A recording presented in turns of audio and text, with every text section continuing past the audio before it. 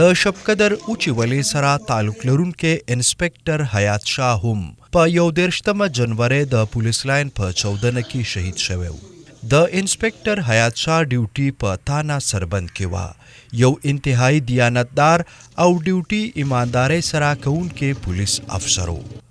د انسپکټر حیات شاه نه 4 لوریانې او یو زوی یتیمان پاتې شو او د هغه یو لور او یو زوی په ډیر کم عمرۍ کې د قرآن پاک حفظ کړي. د انسپکټر حیات شاه ورور محمد شاه وای چې زما ورور انسپکټر حیات شاه یو فرض شناس او ایماندار پولیس والا و او موږ د هغه په شهادت فخر کوو. دوی زیاتوي چې د خپلې خاورې لپاره نورې قربانۍ ته هم تیار یو.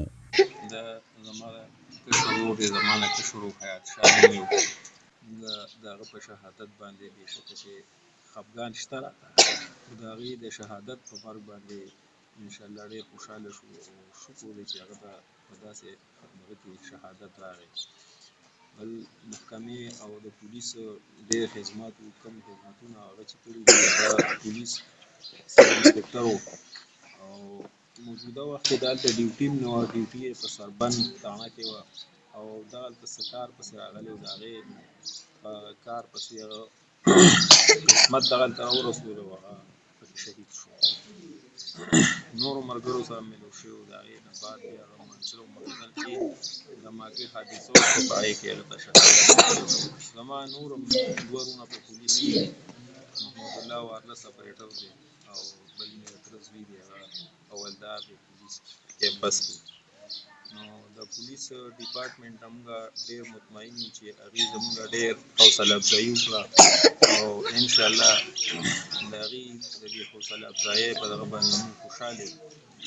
موږ تمنا کوو که زموږ نور ماشومان او دغه وي نو انشاءالله چې موږ دا د پولیس ډپارټمنټ کې د پولیس خدمت او دا موږ پخپله ادا کړو.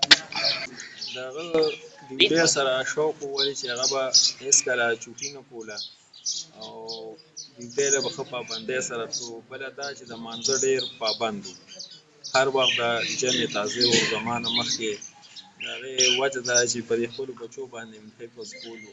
یو پورې هغه چېرته د چا زړه ازار کړی نه دی په ډیوټۍ کې چې څومره ملګري راغلي دي هغه وایي چې یاره موږ سره زموږ افسر هم زموږ د وروڼو په شانتې موږ سره ماحول کې پاتې شوي.